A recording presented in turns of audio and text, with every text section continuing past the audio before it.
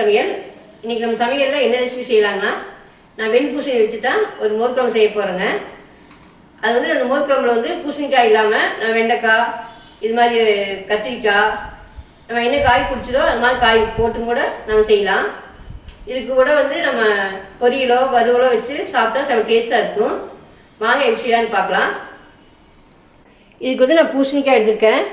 அது தோல் எடுத்துகிட்டு நான் வந்து சின்ன குட்டி குட்டியாக கட் பண்ணி வச்சுருக்கேன். இதை வந்து ஒரு பாத்திரத்தில் போட்டு நம்ம அடுப்பில் வச்சு வேக வச்சிடலாங்க. இதுக்கு வந்து 1/4 டீஸ்பூன் மஞ்சள் தூள் போட்டுக்கலாம். கொஞ்சம் தண்ணி விட்டுக்கலாங்க, கொஞ்சமாக விட்டுக்குங்க. இதை வந்து அடுப்பில் வச்சு வேக வச்சிடலாம். இதை கலக்கி விட்டுலாங்க. நல்லா வெந்து வரட்டுங்க, பார்க்கலாம்.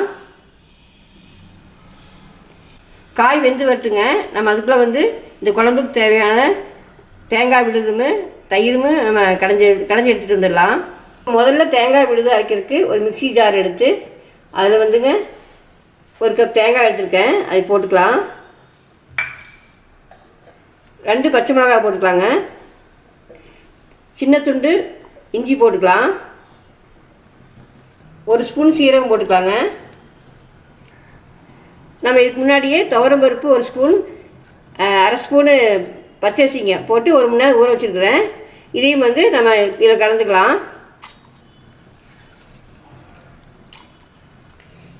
இது கொஞ்சம் தண்ணி விட்டு அரைச்சிட்டு வந்துடலாங்க. தேங்காய் பேஸ்ட்டு அரைச்சிட்டு வந்துட்டேன். நம்ம வந்து இது குழம்புக்கு தேவையான தயிர் எடுத்துருக்குறேங்க. நான் கெட்டி தயிராக எடுத்துருக்குறேன். இது மாதிரி மிக்ஸி வச்சு கடைஞ்சிக்கோங்க. இல்லாட்டி மிக்சியில் போட்டு நம்ம கடைஞ்சிக்கலாம். நம்ம கடைஞ்சி எடுத்து வச்சுக்கலாங்க. காய் வெந்து வந்துடுச்சு. இதில் வந்து இப்படி கட் பண்ணால் கட் ஆகிடுச்சுன்னா வெந்துருச்சுன்னு அர்த்தம். நம்ம இதை வந்து அரைச்சி வச்சு ஊற்றிடலாங்க. தேங்காய் பேஸ்ட் ஊற்றிடலாம். இதில் கொஞ்சம் தண்ணி இருக்குது, அது பரவாயில்ல. இதுக்கு தேவையான அளவு உப்பு போட்டுக்கலாம்.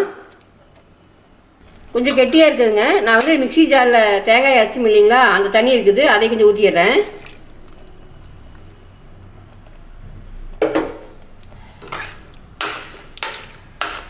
நல்லா கலக்கி விட்டு ஒரு கொதி வரட்டுங்க. கொதி வரட்டு நம்ம அதுக்கு தாளிச்சிடலாங்க. வேற அடுப்பு மாற்றிக்கலாம்.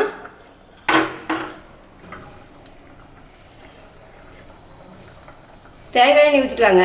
இந்த குழம்புக்கு வந்து தேங்காய் எண்ணெய் தான் நல்லா டேஸ்ட்டாக இருக்கும். எண்ணெய் காஞ்சிச்சுங்க. நம்ம கடுகு போட்டுக்கலாம். 1/4 டீஸ்பூனு. 1/4 டீஸ்பூன் வெந்தயம் போட்டுக்கலாங்க. 1/4 டீஸ்பூன் சீரகம் போட்டுக்கலாம்.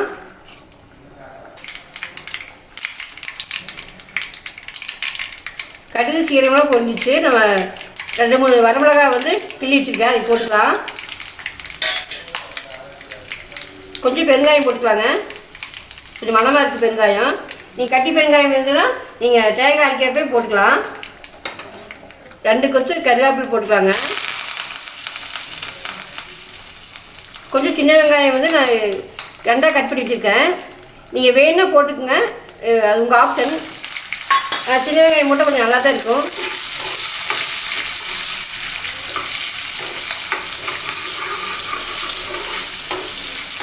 நல்லா வதங்கி வரட்டுங்க. நம்ம இடையில வந்து இந்த குழம்பு கிளறி விடலாம்.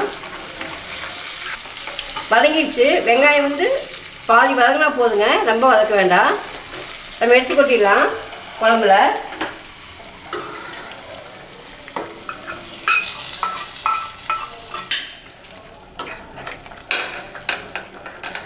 கொட்டி கலக்கி விடுங்க. 2 நிமிஷம் கொதிக்கட்டுங்க. நம்ம மூடி போட்டு வச்சிடலாம். தாளிச்சு கொட்டிட்டு நம்ம 1 நிமிஷம் கொதிக்க வச்சோம். நம்ம கொதிச்சிச்சு குழம்பு.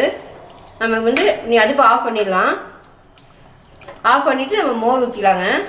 கொஞ்சம் கொஞ்சமாக ஊற்றி கலக்குங்க. நம்ம இதுக்கப்புறம் வந்து கொதிக்க வைக்க வேண்டியதில்லை. இந்த அளவுக்கு வந்து நம்ம திக்னஸாக இருக்கணும். இப்போ கலந்து விட்டுக்குங்க. நல்லா மோர் குழம்பு ரெடி ஆயிடுச்சு. நம்ம உப்பு வந்து செக் பண்ணிக்கோங்க. நம்ம இப்படியே இந்த பாத்திரத்தையே வைக்க வேண்டாம், நம்ம வேறு பாத்திரத்தில் மாற்றிக்கலாங்க. அப்போ தான் வந்து தயிர் வந்து பிரியாமல் இருக்கும். வெண்பூசணிக்காய் மோர் குழம்பு ரெடி ஆயிடுச்சு. நீங்கள் இதே மாதிரி செஞ்சு சாப்பிடுங்க. நல்லா நீர்க்காய்னா ரொம்ப உடம்புக்கு ரொம்ப நல்லது, வெயில் காலத்துக்கெல்லாம் ரொம்பவே நல்லதுங்க. இந்த குழம்பு கூட வந்து நம்ம ஒரு பொரியலோ அது வந்து அப்பளமோ இதெல்லாம் வச்சு சாப்பிட்டா அது டேஸ்ட்டாக இருக்கும். இதே மாதிரி நீங்கள் செஞ்சு சாப்பிட்டு எப்படி இருக்குன்னு சொல்லுங்கள் கமெண்ட்டில். பிடிச்சிருந்தா நம்ம சேனல் சப்ஸ்கிரைப் பண்ணுங்கள்.